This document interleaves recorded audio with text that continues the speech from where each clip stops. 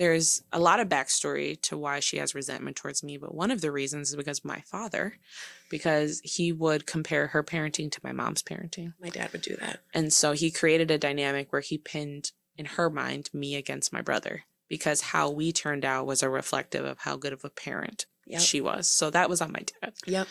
But he did do that. And so that was one thing. So I think like when I turned out good in quotes and my brother had addiction, which means he turned out bad in quotes. I don't feel like that, but that was the narrative. The story became very loudly and openly that I turned out okay because my dad was abusing her, not my mom. My dad was beating her, not my mom. And I was spoiled because of it. So that became a thing.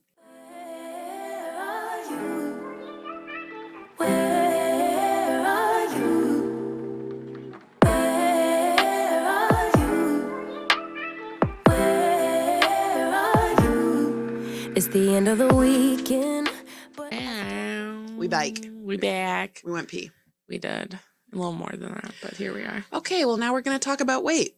We are, because that's a really light topic. That's a really light topic that everybody loves. Why is this so important these days? What is going on in the world that we feel like we need to talk about weight loss drugs?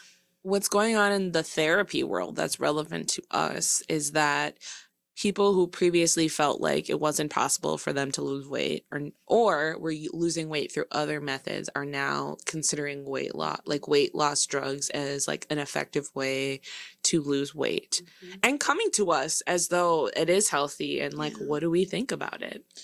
So what do you think about using weight loss drugs? As a therapist, I think that is my clients' decisions to do what they need to do to support themselves in this world. And as a human, what do you personally think? Great. You, as a therapist, you get people to feel how they feel, but as a human, everyone should do speed. It makes me sad. It makes me sad. It doesn't make me sad.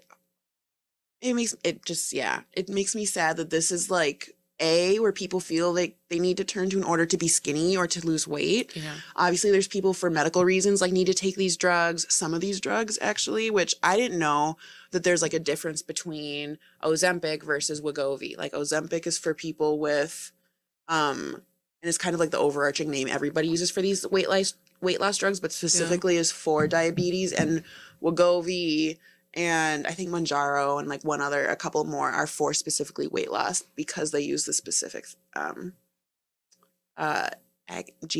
agonist. But my feeling is that it makes me sad that it's more normal and more uplifted and more praised and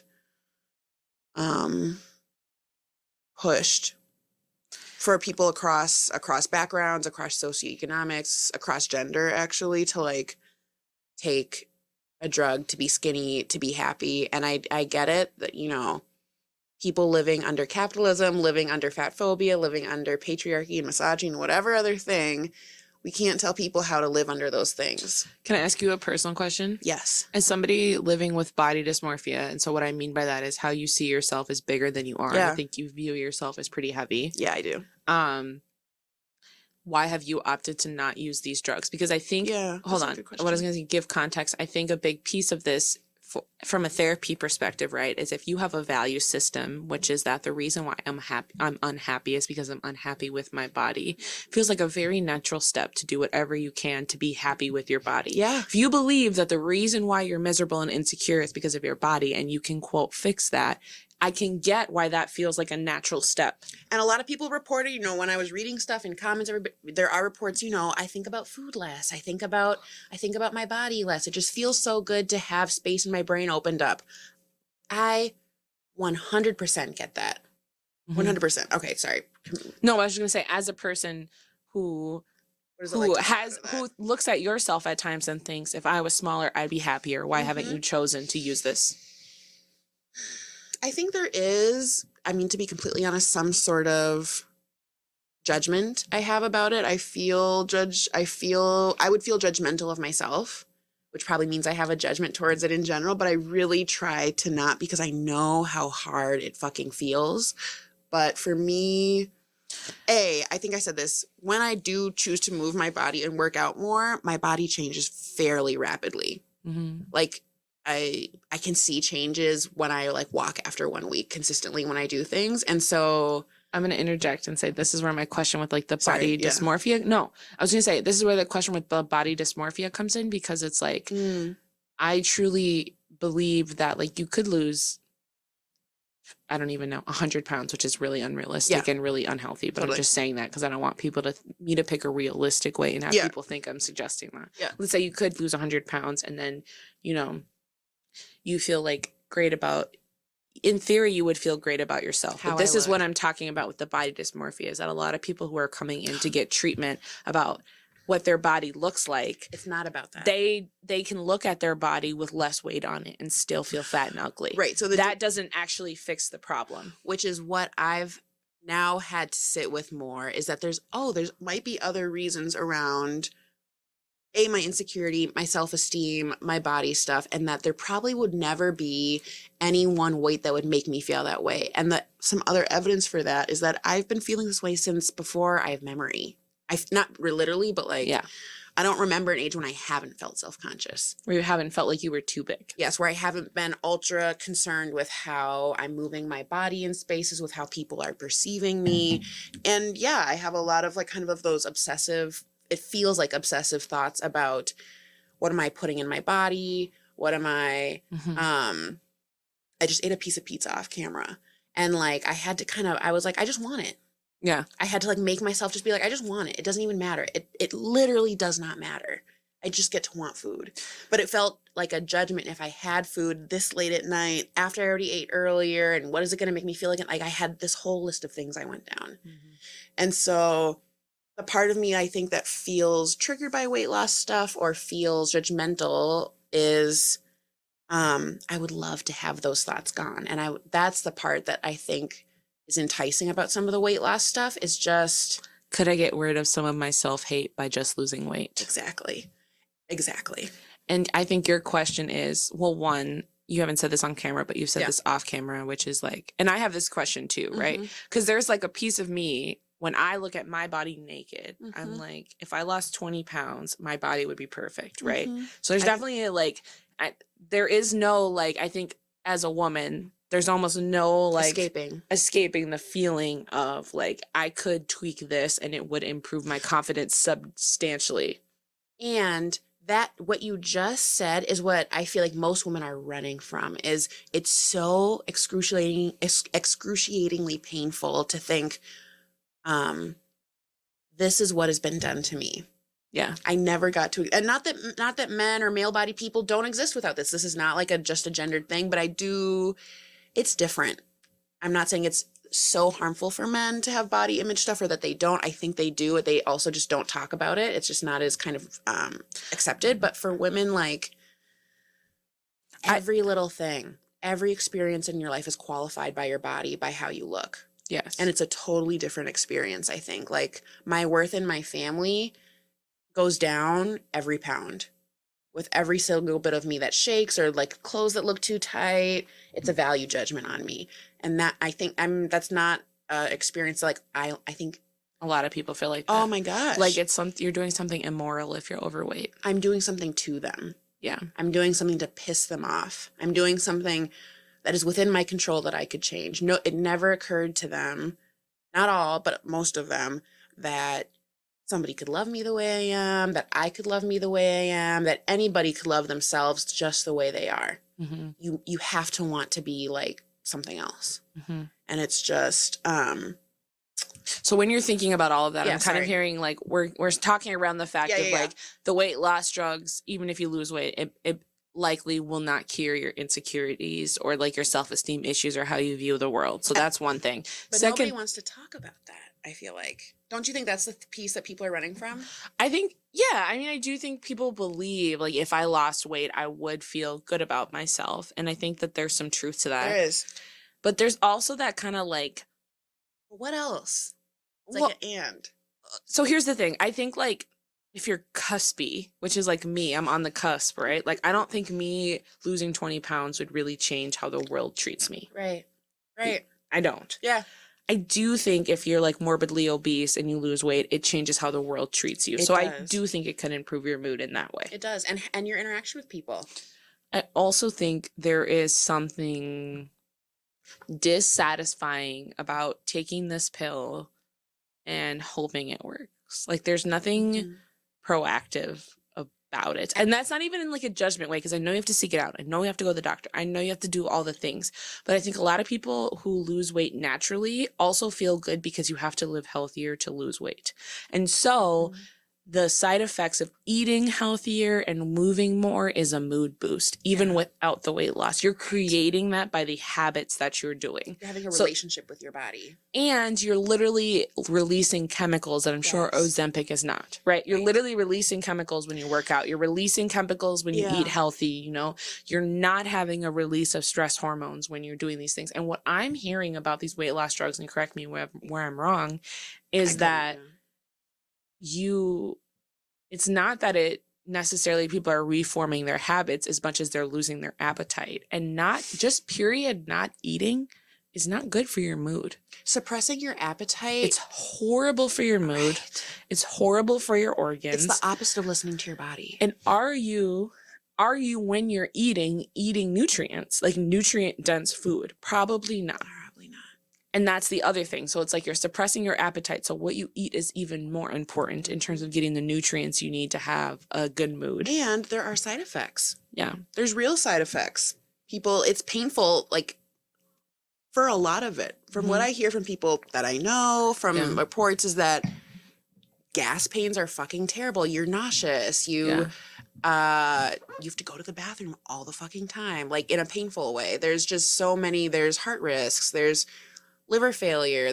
And we don't know what the long-term effects are. So as a therapist, what I've been encountering is clients who have eating disorders going on weight loss drugs in order to try to stop being anorexic, binging, or purging. So they believe that the root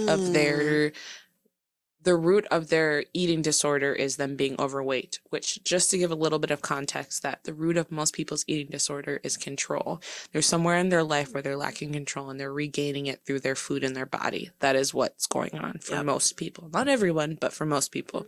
Yep. And so instead of doing these habits that cause long-term harm, like purging, which is throwing up, that causes harm to your heart, your throat, your mouth, your teeth, like your skin, anything that comes into contact with like the bile that and stomach acid that you're throwing up is harmed. Your esophagus, your teeth, everything.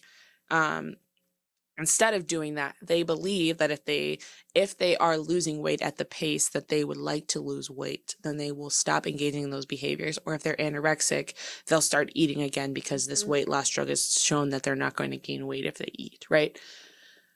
If you had a client, and we're not going to prescribe this, right? You would have to go to a doctor who does this. So that's not our job. But if you had a client who said, listen, I have bulimia, I throw up after I eat. I've decided I'm in order to combat my bulimia, I'm just going to try Ozempic and see if that works. Maybe I'll just be able to eat what I want to eat and I won't have to worry about gaining weight. What's your response? My response is, I'm not a medical professional. I can't tell you what or what not to do health-wise. That'd be really, that is not in my scope of practice. And I do want to talk to you about what is making you make that choice. Make that choice. I think that, but let's be talking about it as you're making it. What's coming up for you? I'm going to dig into the why a little bit. And maybe they don't want I think I'll stop throwing up so much if I know I'm not going to get fat when I eat. Right. And what do you say to that? It's hard, right? I don't know. Also because I'm not an ED person. I don't know much about eating disorders. And so I actually put that on my thing. It's like, I actually don't work with that because I don't have the right language, but I'll say what I would do then. Yeah, please. So I think my response, and I'm saying this like it hasn't happened because confidentiality, but I think, and I mean, it's happened, like versions of this have happened over and over again over the last 6 months. This isn't like a one-time thing. This is like a reoccurring thing. And my response is, I don't think that your eating disorder is actually connected to being overweight. And so I don't think that losing weight is going to solve the problem. That is your choice if you would like to do that. And I would just ask you to be conscious about what your goal weight and hold yourself accountable to when you reach your goal weight, how you feel about yourself. Because I'm going to guess you still feel fat at your goal weight. But we'll see. I've said that. I had a client who was wanting to take weight loss drugs, was obsessed about working out and kind of muscle tone. And I was like, I just want to bring up that you've had a lot of messages since you were growing up, and let's talk about that. And she was able to take that in. We were able to process, like, she knows why, she's had comments from family, kind of a lot of the same stuff, and still made the decision to like have a weight loss surgery and all these things, and didn't really want to dig into things, like couldn't really do it and get this surgery. No. But afterwards, what came up, she told me, I really wish I had listened to you and that we had dug more into stuff, because now it's coming up anyway. And her losing weight triggered her because she started getting attention from people. She started being treated better from people, and she realized, it was only dependent on how I looked. And I think it probably still does, but it made her furious. She like couldn't even enjoy it all the way because it ruined it for her, kind of. The other thing about and the other thing about like an Ozempic is it's a Band-Aid, because like the label says you have to take it continuously to keep the weight off. And so like, what does that mean? Are you going to be taking Ozempic into your 80s? Like, at what point are you going to have to just make a lifestyle change to maintain your weight loss? And I would imagine if you went off the drug and ate healthy, you would still probably gain weight, because you'd balance out to like what your normal weight is that you're supposed to be. And your hormones are different. That's also where body dysmorphia comes in, is because like oftentimes I'm looking at somebody who's 20 or 30 pounds away from a weight that's quote healthy by the books, and they want to lose way more than that. Yep. Like they want to look like a different person. Yep. They don't want to look like a healthy version of themselves. They want to look like they're killing themselves. A model. Yeah. Like they want to be, and what I mean by that is they want to be petite. Like they want to be tiny, even if that's not what they look like. Right. You want to know why you guys are weird? Why? Or like we're fucked up people? Why? Is because you guys are thinking of this from the context of healthy, like therapist kind of thing, right? That's the point. point. It's like, to me though, it's 100%. It's just like when you hate yourself and you're in such misery, it's like, look, man, I don't really give a fuck what happens to me. And it's like, if I can feel 10, 15% better, that's still better. And it's just like that simple to me. And it's like, but you're right. Of course you're right. Yeah. I totally agree. But we don't live in a culture. It is like it feels like it feels like a huge gaslight. I think it's like, it's a lie that you're going to lie. feel 15% better. Unless you are morbidly obese, you're not going to feel 15% better by losing weight. You don't think so? No, I don't. I think that it's true. It's so true. It's just. I feel like it's just one less thing, at least to. I feel like the people who have taking taking it feels better. They feel better. They feel like all these things, but then right under the surface, if I were to just push a really little bit, it's all those same insecurities. Yeah, and actually, I was going to say too, as a drug-taking person, I know that experience is the distraction that you get to do when you do it. It's like you get to relax a part of your mind, where it's like, hey, I'm doing something. Yeah. I'm kind of, it's bullshit, but that's where you live your life anyways, on the surface. And the reality is most of the people who would come to us in therapy wouldn't ask us if we thought they should take it. They would already be taking it. Processing how it's going. Right. And that's just the truth. And people's beliefs, no matter what you tell them, they believe that if I was skinnier, it would be better. And what I'm saying is like, if you lost weight naturally, I can't tell you if all of how you feel better is because you're skinnier. A lot of it has to do with the habit changes that you're doing. That's literally impacting your mood on a cellular level.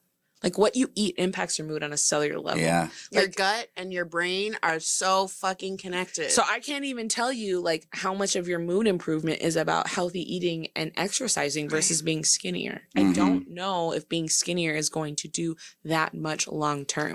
Do I think it's going to give you a self-esteem, a mood and self-esteem boost immediately? Absolutely. Do I think that's going to sustain? No. I don't. The other thing that we're finding is like once you lose like around 15% of your body weight, like you're kind of capping. Like you're capping out. You have to start harming yourself. You have to start doing like dangerous stuff to kind of push yourself over that limit again. Which is fine because you shouldn't be losing 15% of your body weight in any small amount of time. So that's fine anyways. But this is like a Band-Aid. And yes, if you want to do a Band-Aid, that's fine. I would never recommend this to anybody. The other thing is, like, I could talk to a patient all day about how we don't know what the long-term side effects are. And if you don't care if you die tomorrow, then it doesn't matter. If being skinny is worth being alive for like 20 years less. I'd rather be alive until I was 50 and get cancer, but I'm fucking hot. And a lot of people feel like that. Yeah. And you're not going to place that value on them. That's fine. That's their value. I also have to remember that, like, this is how I feel. Like, even when Rachel talks about her family and her life and all of these things, like, at the end of the day, I think a lot of people's body issues come from this core belief, like, in their gut, that if I was beautiful enough, people would like me and love me and I wouldn't have problems. Yep.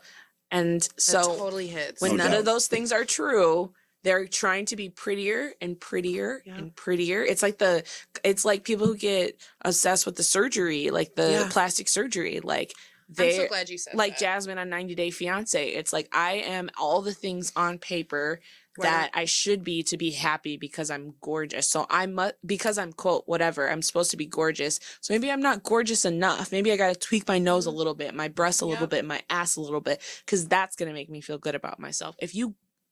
Nobody wants to talk about that because it is the opposite of like affirming, but it's like you have to talk about it. I would so much rather go the route of versus everyone's pretty to, like, being pretty is just one thing you can be. That's the realistic route to me. Is being pretty is just one thing you can be. Not everyone's pretty. Let's not lie. Everyone's valuable. Everybody's valuable to other people in their life. Everybody has worth. And you will find somebody else who finds you beautiful. But you are not, everybody is not objectively pretty by beauty standards. Get the fuck out of here. Get the fuck out. Do you, And if we start telling people that. maybe you guys should let someone uglier deliver this message. Well, the reason why I feel like is like It's also more interesting. Nobody wants to look at everybody who looks the same. It is more interesting for all of us to it's look not even different. that. You It's can't just, be pretty without ugly people. do we really want to tell somebody who's 500 pounds that what they look like isn't impacting how people are treating them? That's Right. lying. Right, you're It's lying. They can feel it and they know it and they say so when you talk to people who are fat, like, they know it. They know that people treat them differently. They know they get stares. They talk about it, and it's the rest of us who are so uncomfortable. And the thing about it too is it's like when someone comments online or something that I'm ugly or whatever, like, I don't take it to heart, one, because I feel like I'm beautiful, but two, And our like, badass bitch. two, I'm like, that's like third on the list or fourth on the list, which is still pretty high. Don't get me wrong. I'm proud of it. I'm not going to lie. It matters. It matters, but it's not one, right? Like, if someone was like, you're dumb as fuck, that would hurt a lot more if I thought it was true. And mine is like, Then, and it's like one for me. yeah, it's one for you. Yeah. Being pretty is one for you. Do Yeah. you guys feel, are you deliberately trying to attack Lizzo with this segment? Or is this... Well, no, because she's pretty. Yeah. Okay, just making sure. Just wasn't She sure. is pretty. She is pretty. I And think she is too. I think she's pretty, and I think, people look at a Lizzo and go, oh, you could be pretty even though you're not thin. And I think 99% of people don't feel like that or look like that. And It it's goes an down to unfair clothes. thing. People think that clothes look better on thin people just because they're thin. Well, they do. Well, the clothes are designed that way Right, too. exactly. Yeah. They do, because they're supposed to be like that. It's not Right. Exactly. Yeah, they do. Exactly. I just think that Lizzo gets kind of unfairly maligned as the example of like, just Yeah. accept, like, love yourself, like whatever you are, which we do as a culture, overdo hard. it, but that's not her fault. It's hard to love yourself. Oh yeah, no, you don't have to tell me. What do you guys believe that the shame is going out of society to No, take this no. stuff? What do you mean? No, to take diet drugs like No, this. I don't. Okay, I wasn't sure what you were saying earlier. It almost feels like I actually saw this comment, so I'm gonna steal this, but like, it feels like a punishment that the pharmaceutical companies are giving, like, to, like, it's like a backlash to, Yeah. like, body positivity.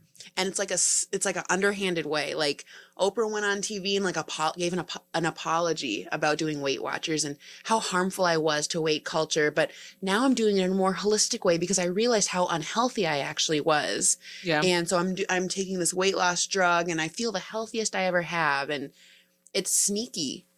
So here's what I would Well, say. Like, okay. if you were a person who was in the space of, like, you were going to get surgery, like, on your Bariatric stomach. surgery. The lap band or whatever. Yes. Maybe this is better to get to, Yeah. like, a functional weight. Exactly what I was going to ask. Yeah, you. like, maybe this is better to get to, like, and I'm going to guess it probably is. It's less invasive. It Yeah. is better to get to a functional weight. I don't think that's what a lot of people are using it for. Exactly. I do think if you are morbidly obese and you use this to lose 200 pounds so that like literally your joints and body don't hurt when you move and walk, and then you want to like keep taking this while you try to figure out what it looks like to not be food addicted and have a healthy lifestyle, then that's fine. I don't think that's what a lot of people are using it for, and that's why I bring up the eating disorders and body dysmorphia, because the people who are going on these weight watching drugs are slightly overweight in terms of societal standards, but they're not morbidly obese. Yeah. And that's what I'm seeing a lot. What do you think? I know that in one of these articles, I'm forgetting which one, they kind of bring up this one doctor. She brings up this point that, you know, this isn't a moral judgment, it's a disease, that, you know, fatness or being morbidly obese is a disease. And I don't even have like a gut reaction to that. I can take that in. And my thought was, what does it feel like to like medicalize and make fatness a disease overall? Not there's not one part that's a disease. It's like, it's kind of like being fat. And that brings a judgment to it, that it's a disease. Like there is something kind of like, I don't know how I feel about it. All of a sudden, we're trying to make it better by making it, well, it's medical. People should be taking this for medical reasons. That it's becoming part of the medical industrial complex that, I don't know. Ooh, that's interesting. So the first thing that comes up for me is like the way we've medicalized addiction. Ooh, speak on it. Just of like putting something that used to be thought of as a choice into a box that make people consider whether or not it's a choice, right? Mm-hmm. So I think that's like kind of what's going on. When I think about like obesity from the medical model, I think about knowledge, access, and addiction to food. Like those are kind of like the spaces I go to. Mm-hmm. Do I think that like obesity is a disease? I don't have a clear answer to that, because I don't. I would have to know more about it. Like even so even like when I think she talks about this, how I like compared it to addiction, right? Like when I think about addiction, I see why people talk about it like it's a disease. Changes your brain chemistry. All the things. Yep. And like 90% of the kids that I work with who have addiction, like, yes, you were genetically predisposed because you had a parent, but like, was it the genetics or was it the fact that like you were watching your parent cope with substances? I'm not sure. Right. And I'm not saying maybe the core reason of the disease doesn't have to just be genetic. Maybe it could be biopsychosocial, and like that's where we're moving forward towards. I think it's really hard for me to think about obesity as a disease, because I think about a disease as something, I don't know, wrong. Like I don't, that you have to get rid of. yes. Or that happens to you. That you have to Like, treat. happens to you is where I was that going. you have Thank to you, treat. Gabe. Well, that's but I was just, I didn't want to say that because I'm like, because that sounds judgmental, right? Because I do think in some occasions, it's something that you should do something about. it did happen to you. In some spaces and occasions, it did happen to you. Yep. But often, it's the same thing with addiction. It's like that did happen to you. There was all these reinforcing factors that created your addiction. And then when you, especially if you started your addiction young, just like you start obesity young, there's not a lot of responsibility on you. When does it transition to you having responsibility? And I struggle with that with trauma, with addiction, with obesity. Like I have a hard time towing that line of like, when does it transfer from this happened to you to, yeah, it's sad that this happened to you, but it's your responsibility to work through it. Yeah. And it's been impacting you. And so like, I don't have a good answer to that. Know. I don't. It's so Is it a disease to you? Hard. But you're right. Disease is the connotation that it has. It's either something to get rid of or something that you have to work hard to manage and live with.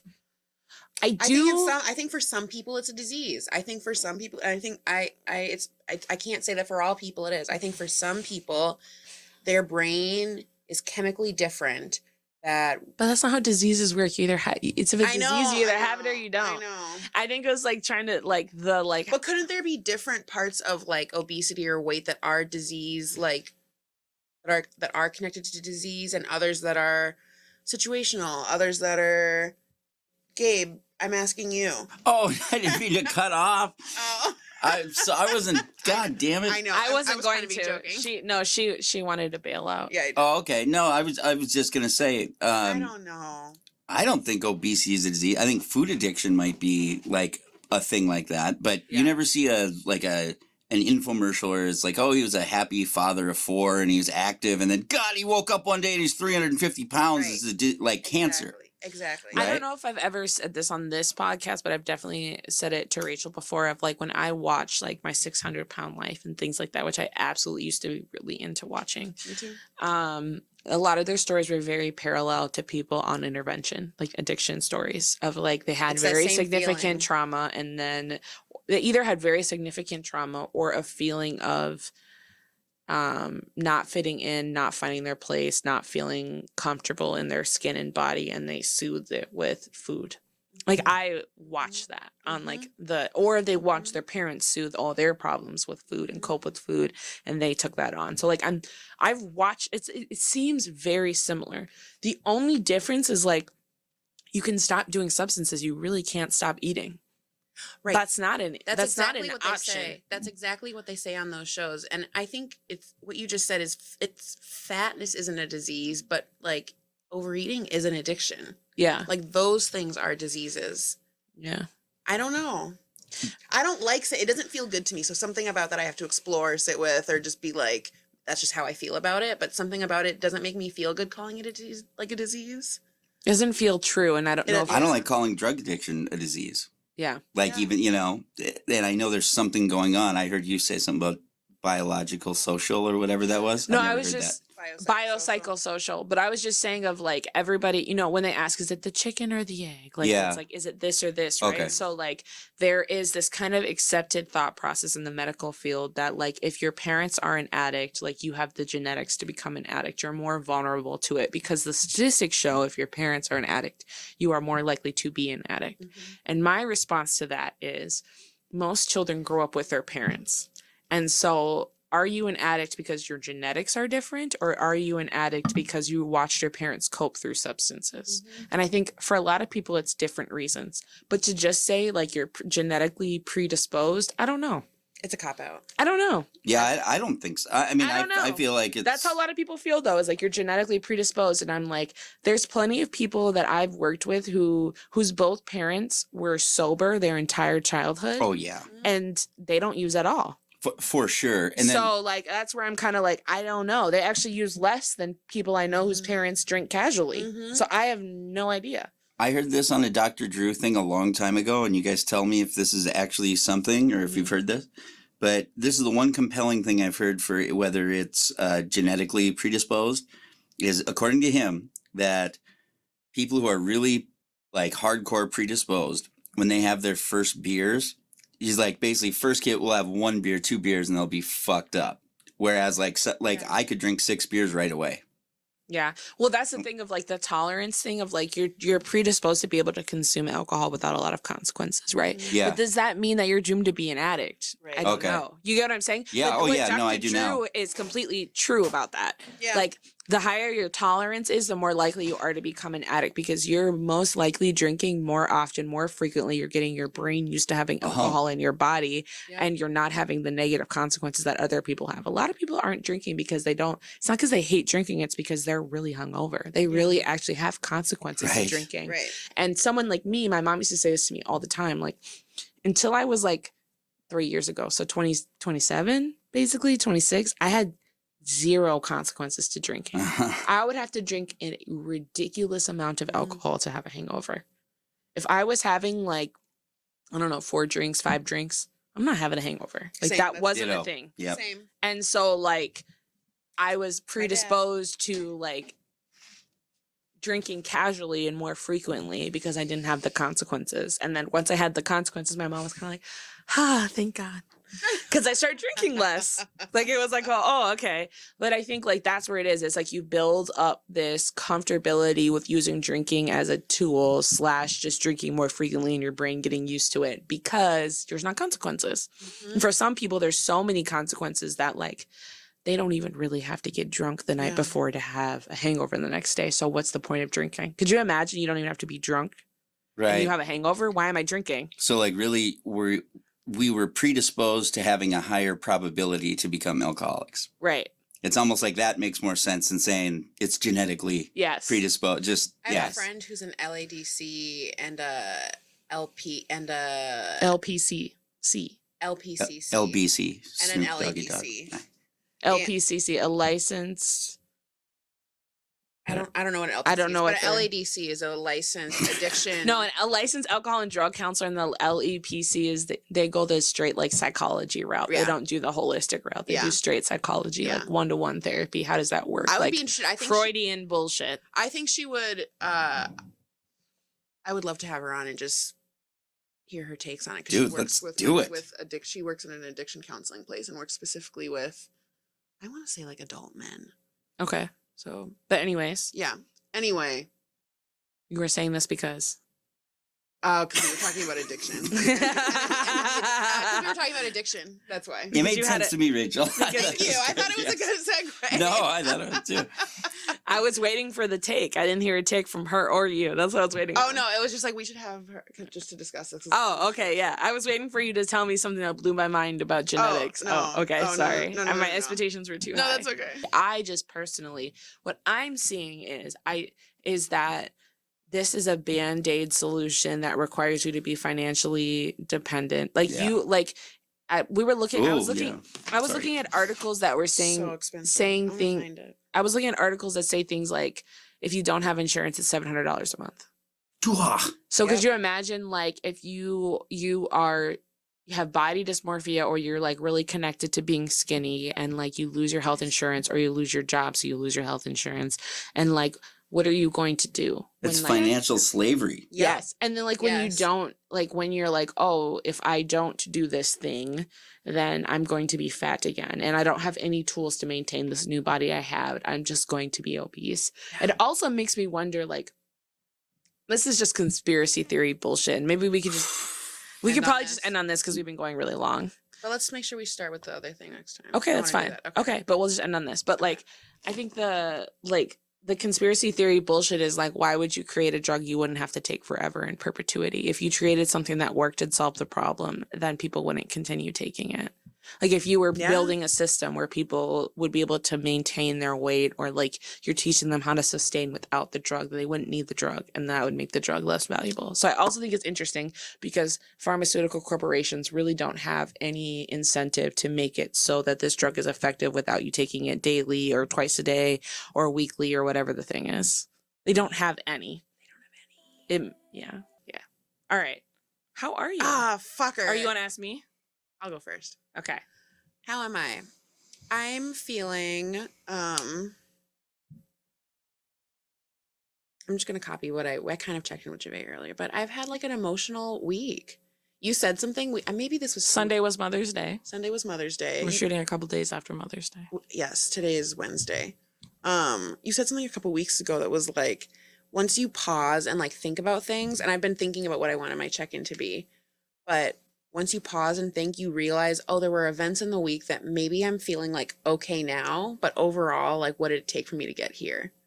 So that's been like a helpful like way to think about checking in for me. Anyway, it's been an emotional week. Mm-hmm. I think I was out of town visiting family, and might have been a little too long. I can definitely shorten Rachel the told me the trips. length of the trip, and I literally go, that many days, huh? That She many was like, days. yeah, huh? it'll be fine. And then she came back. She's like, I'm never doing that many days again. Never, and I say that every time. Yeah, you do. And It's like emotional cutting. There was like really like fruitful moments. I don't know if they were like good moments, but like moments that felt like I'm glad that happened. I don't know like what it means, but I'm glad like certain things happened. But it was like exhausting in a lot of ways. I slept a lot of the weekend. There were a lot of naps. I felt myself like dissociating a lot, needing alone time a lot. And I kind of just like let it be. And nobody really bothered me about it, which was nice. Just to but- clarify for everybody, you went Yeah. on a trip to spend Mother's Day's weekend with Yes. your immediate family. Yes. Okay. Yeah. And For 5 days. for 5 days, from Thursday to Tuesday. So I got back yesterday. Sorry. Tuesday night. Not even like in the morning. No, like Tuesday spent the whole day, night. like traveled all day. Yeah. And it was what it is a lot of the time, triggering and brings things up that I don't like to think about a lot of the time. Mhm. And a lot of it has to do like, you know, with self-esteem stuff, which Now, I'm sorry to interrupt this wonderful check-in, but it got a little too personal. So if you'd like to hear the rest of it, subscribe to us on Patreon. Now, back to the show. Can I ask you guys a provocative question real Sure. quick? No, Do you think that, oh, here it is. I'll put it on I'm screen. joking. Does your personal trauma make you a better therapist? I don't know if it makes you a better therapist, but I definitely think it might. But it definitely, you just see things that other people like aren't able to access or see. Like I think you do have to. It's not that you have to go through things to be able to have deep emotionality, but it's kind of like a shortcut. And if you've like done some work around it, you like, oh, I can have some empathy in that way, or it doesn't go that way, and then it hardens you, and then you're bitter, and then you hate other people. But Here's how I think. I think there's one of two things. You became a therapist because you have personal trauma. So one of two things. You either are a great therapist because you worked through your shit, and so you're able to give real practical advice because you yourself have worked through it, or you haven't worked through your shit and you're using all of your clients to feel better. It is one or the other. Okay. Every therapist. Do you guys have, like, first of all, do therapists ever indicate that to a client if they have it? You can disclose trauma if you want to. yeah, But I think the biggest concern with sharing with somebody, like let's say somebody was right, and you want to tell them you were also because you want them to know that like you're not just talking about it through a textbook, you really had that happen. Right. The risk that you're running is that they are going to start thinking about your feelings when they talk about how they feel about their. So they might see you also as a victim and be afraid to say things that are offensive, but They might feel hold true things to them. back. Right. Or even discount what they're saying because maybe they're traumatized. You know, I can see, even though it's the same thing, I can see people. On the flip side, so like, But also, Yeah, wait, yeah, but go ahead. also that might not happen. And maybe they feel comfortable with you. And now they can share all their deep, nasty thoughts that they never wanted to tell anybody else. Like I was turned on during the. And then you can tell them that was normal or whatever the thing is, right? So it could go either way. It's not like a yes. It's not a black and white answer. It's gray. and it's depending on for me, I think it really depends on the relationship you have with your client. Like, I think I've said this example before on the podcast, but my therapist, not early on, but like maybe a year and a half or so in, I'd been working with her for a while. I was trying to get out of this relationship and having a lot of shame about it and having a hard time. And she disclosed that she had gone through a divorce like a year prior and just really quickly didn't talk about her emotions around it, didn't share like how anything like that. She just talked about specifically how much shame she felt after she left and what she had to do to get out of it and just to connect with me really quickly. And then we moved on. And I remember thinking, because I out loud was like, nobody's going to understand this. And it like just pulled me out of it a little bit like, oh, I'm not alone in this. This is somebody who I respect. This is somebody who's older than me. This is another Black woman. And she has never done it again. And so she does it really sparingly. And I do think that it's kind of a decolonized like belief. And it's kind of that people of color just connect better when that is a way to build trust. And so I'm not giving my trauma and stuff off the bat. I might never give somebody my trauma, but I might tell them I have like a connection to this, or I might,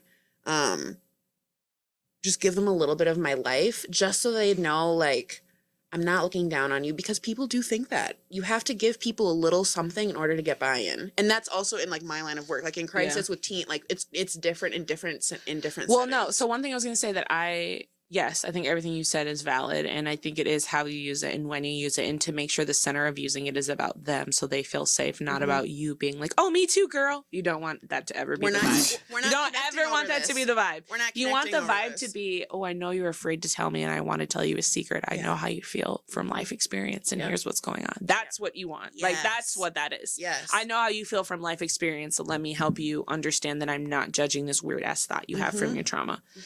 I think one thing that I disclose very often is my mom was a teen mom, because I work with a lot of moms who were teen moms that fucked up a lot at the beginning. So that's something I disclose to parents often, and that's something I disclose to kids often, because that feels like something that you don't have to take care of me about. It's just, I get it.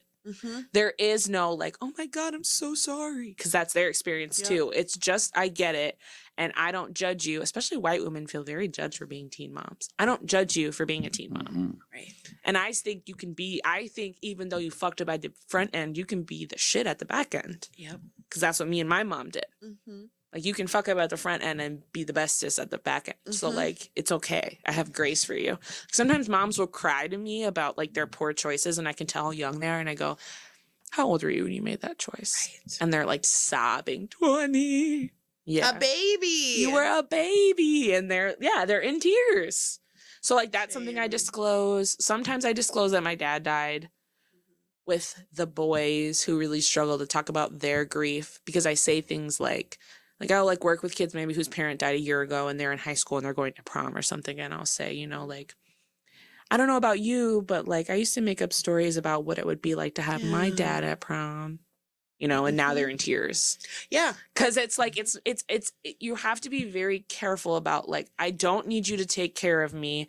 I don't want this to take away from the session. I just want you to know that I'm thinking about this. This is a human experience. Right.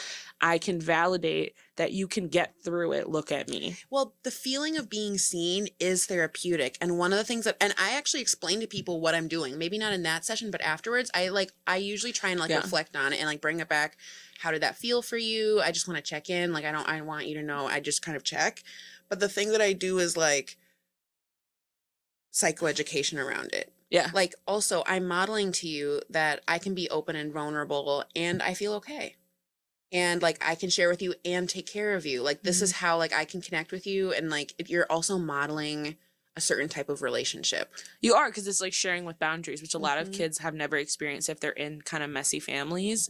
It's either they don't know anything, or when they find out, the adults in their life aren't okay. Yep. Like there's no in between. Yep. And so it's like, oh, I'm sharing a hard thing and I'm okay. Right. Like I'm showing you both. Yep. I've done that about, you know, sharing. This is like, I'm not even going to say that, but I've shared my parents' divorce with people before who really struggle with it. Yeah. Right. Or who have parents who Can't had relate. messy divorces. I know. So glad my And- parents were never together. Oh my God. And or talking about like, you know, families who what is that called? Mixed families and things like blended that. Blended families. families. I could not come up with that fucking word. Blended families and things like that. Like that's If you've never been in a blended family, you don't know what you're talking about. People who talk to me outside of blended families have the most judgmental statements about blended families. It blows my mind. Blows my mind what people who didn't grow up in blended families think is normal and acceptable in blended families. Like, I'm like, what? Like, there's this weird sense of ostracism and loyalty and pettiness that comes into new blended families that are not there in blended families that have been around for a while there's and are just doing little it right. dynamics. It doesn't matter. There's just little things. That, Weird like, pick up on. loyalties and shit where you're like, Yep. like somebody's telling me about their siblings and they're hard on the half. That's my half sibling. I'm like, step sibling feels different because you're telling me they're not blood related. When you're going hard on the half sibling, it's telling me you don't really fuck.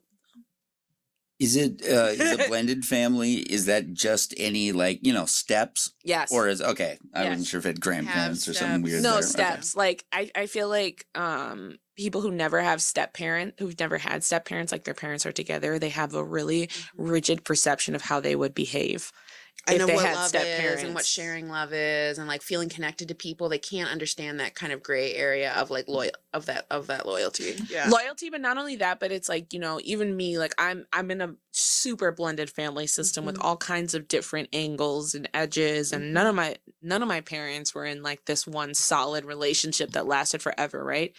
And people will watch me who don't come from blended families like placate or like play my role or like be respectful or like make myself small at times, and they are appalled. Like, I would never do that. I would never do something just because my stepmom wanted it. I would never go to my stepbrother's blah blah blah even though I wasn't, you know, approached the right way. Like, there's just this judgment of like this prideful way that you're supposed to behave. And like, I think like a healthy blended family mentality is like you treat the people in your blended family like they are your family unless they're disrespecting you and treating you like shit. But like, you do that. You do move in a way that's courteous of them. And like, if you have a mom who doesn't want you to be nice to your stepmom, That like, changes the dynamic. that's on the adults in your life. Like, that's unhealthy blended family dynamics. and you probably had to learn to manage that way. Yeah. And people exactly. It's messy. It's messy. But we both did that. Like, you loved it. I loved a Very stepmom. much. I had one stepmom I really loved. She was like my mommy. I had her for like 3 or 4 years. Was really tight with her. And then they just go. Wow. She Mine's was weird. around for like 4 years after, but she started leaning on me to like get through her breakup, and I started avoiding going over to her house because it was just really overwhelming. I had mine from when I met her when I was like 3. Yeah. And then sick. And then she kind of like emptied out of my life, like petered out of my life over like the years while I was in college. And the last time I saw her was like 2 years ago. Which is nuts. Which is nuts. Because she was literally an everyday part of your life. My mom, essentially. And that's the crazy part too, is like I had a step sibling and a step mom who I spent every weekend and every holiday with for years. And now I don't speak to them. It's insane. It Wow. is Yeah. such a... It's a gut punch. It's a gut punch and it's a dynamic... Oh, I'm feeling emotional. Yeah, me too. Wow. It's a gut punch and it's a dynamic... I'm surprised because I kind of told myself I just hated her and I didn't care. I'm just done with her. I hate you. I hate you, Mom. That's like kind of how I felt. Yeah. But no, it's a gut punch. When Like, was the last time you talked to her?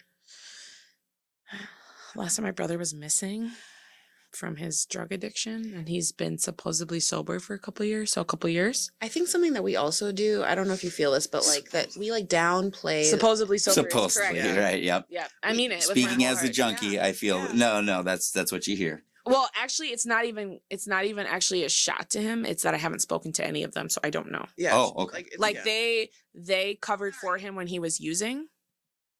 So I have no idea. Like if he relapsed, they Right. wouldn't tell me. So it's not like I'm interacting with him. He stopped interacting with me, which is parallel to how he acted when he was using. Got you. So can't like I have no understand. idea. But like if he was in my life and said he was sober, benefit of the doubt till you say otherwise. People really But don't. he's not. No.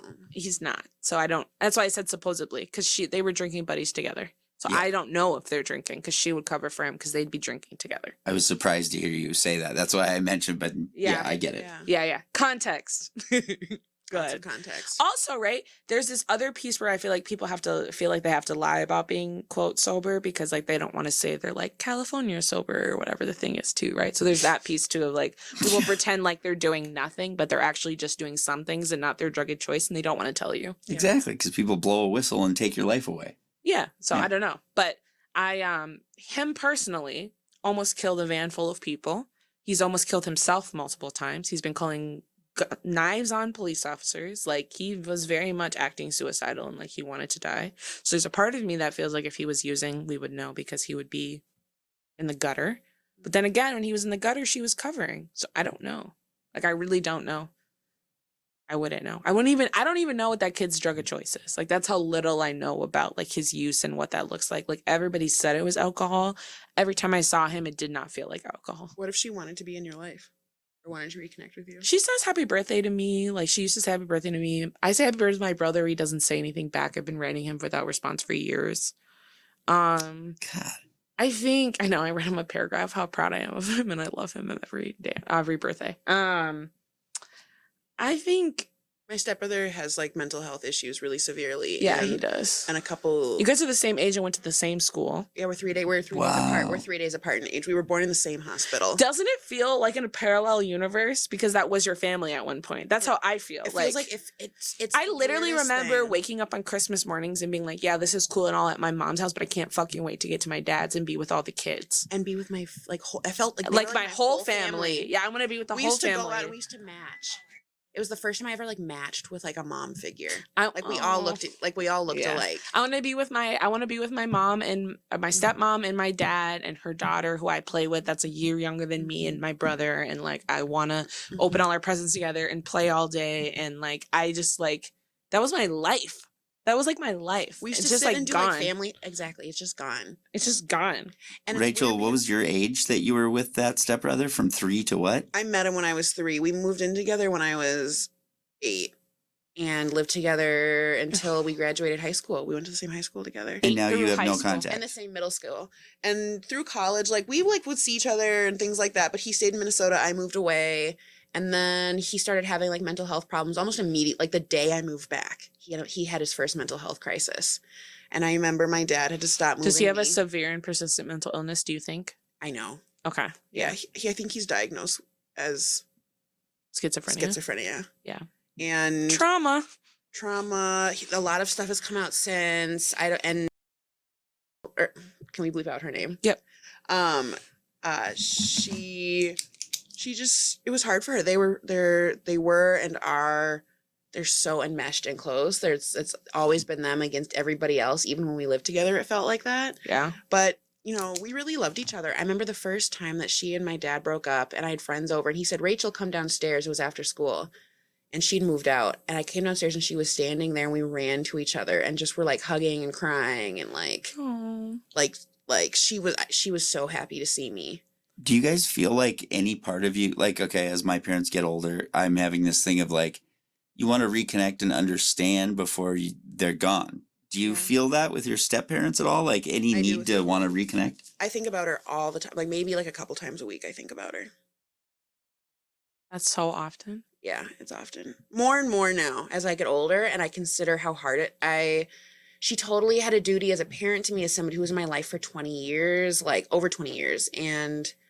But I also am like, I remember how depressed she and my dad were. I remember like,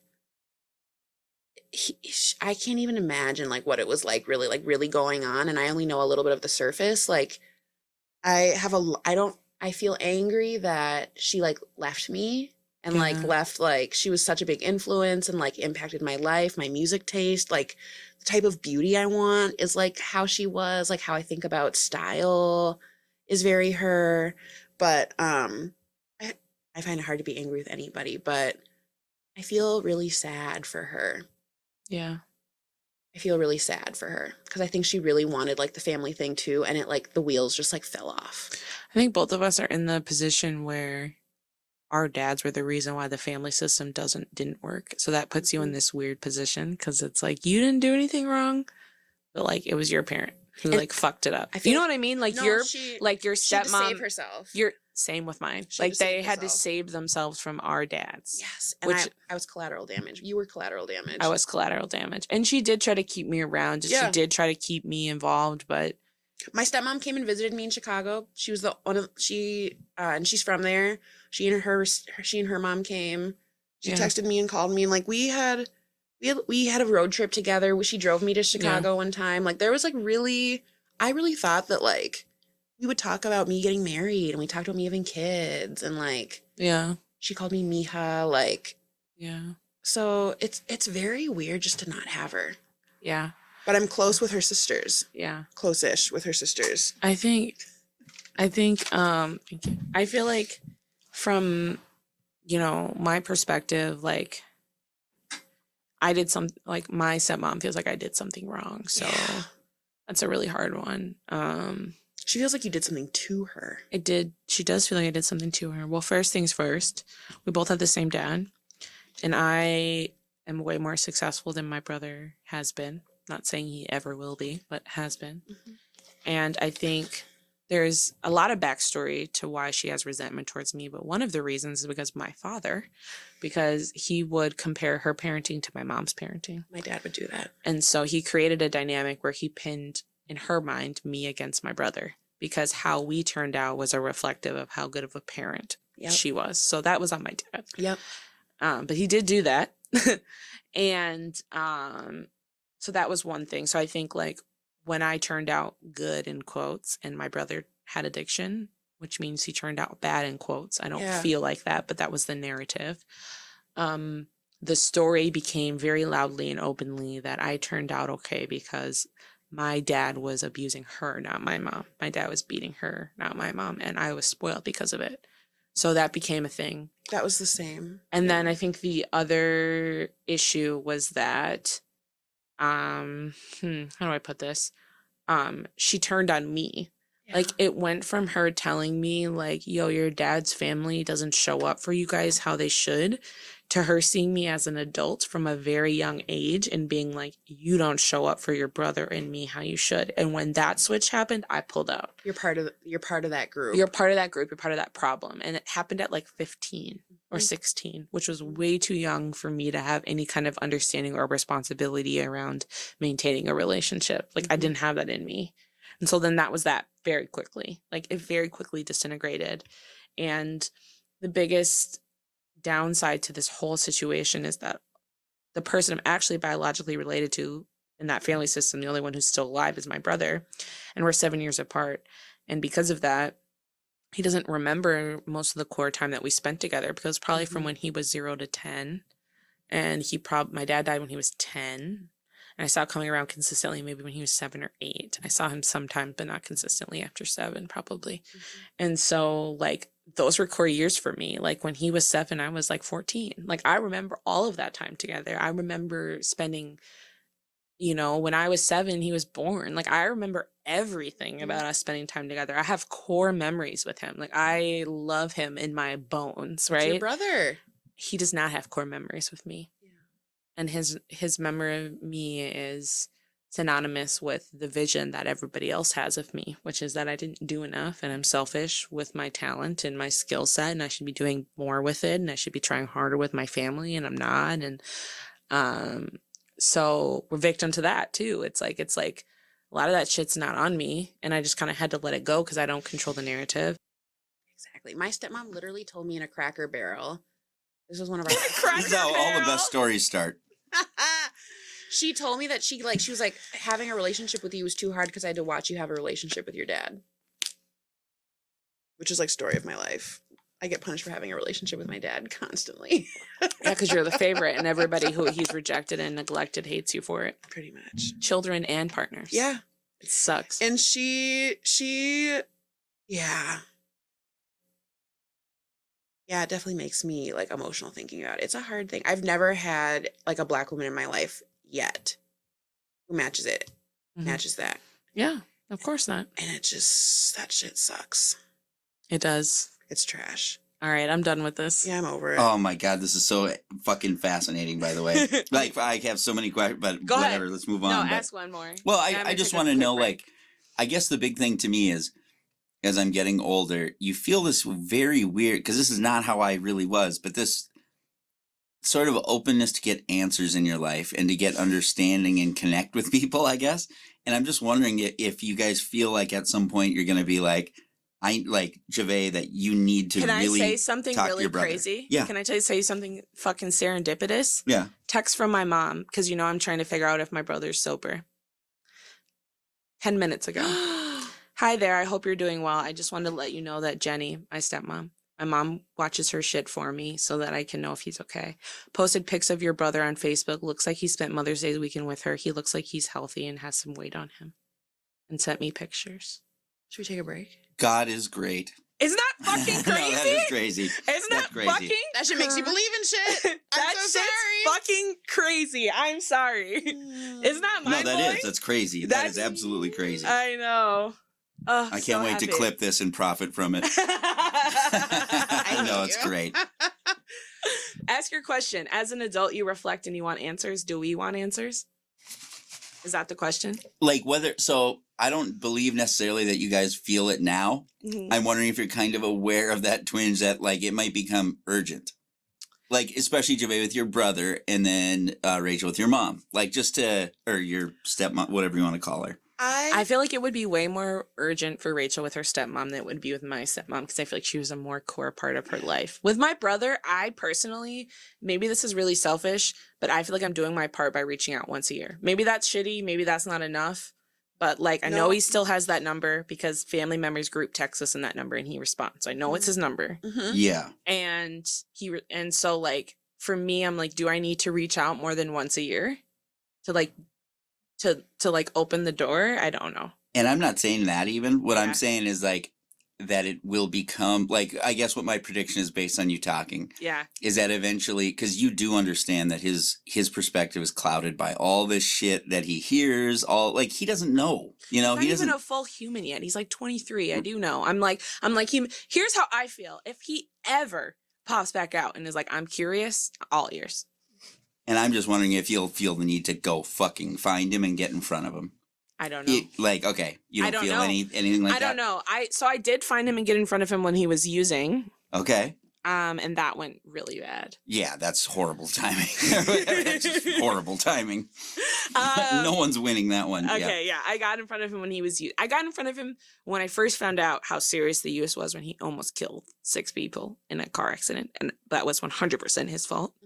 I tried It's to get in me, front of him. your judgmental big sister. Here I am. No, I know, judgment. I know. No I know. judgment. Like like this was my approach.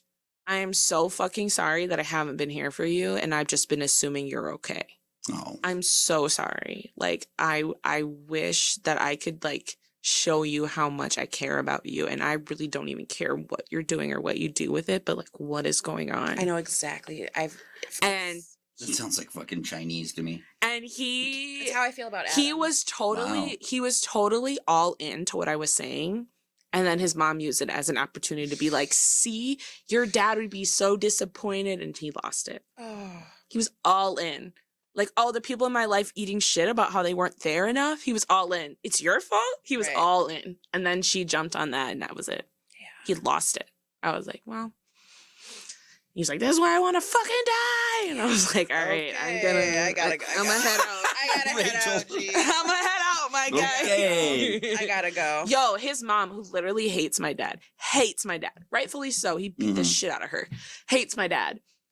Set up for his intervention that she invited us to. She printed out a picture of my dad and like framed it and set it on the couch. I don't know why that's funny to me, but Because it it's is. fucking funny. Because it's fucking funny. We're ending on that note. Pausing. I gotta go literally. pee quick. Was he giving a judgmental face too? Yes. Like looking. Actually, it was like one of those 90s Macy's pictures, and he had like his foot on one of the things, you know, and he was kind of Shut the fuck up. The foot I on love the that. stool. Yeah. and he was kind of like this. I leaning love that forward, for and he looked hot as him. hell. He told her to do that. When I die, with this up here. My Okay. dad didn't even make it to 34. What judgment does he have to pass on anybody else? He did not hack it. Just saying. That was a fun episode. Was it? It was hella light. It got like, it was like 3. Where are you? Where are you? Where are you? It's the end of the weekend, but I still wanna turn up. Yeah, I still wanna turn up. All I want is to go again, but you ain't picking your phone up. Why you messing my head up?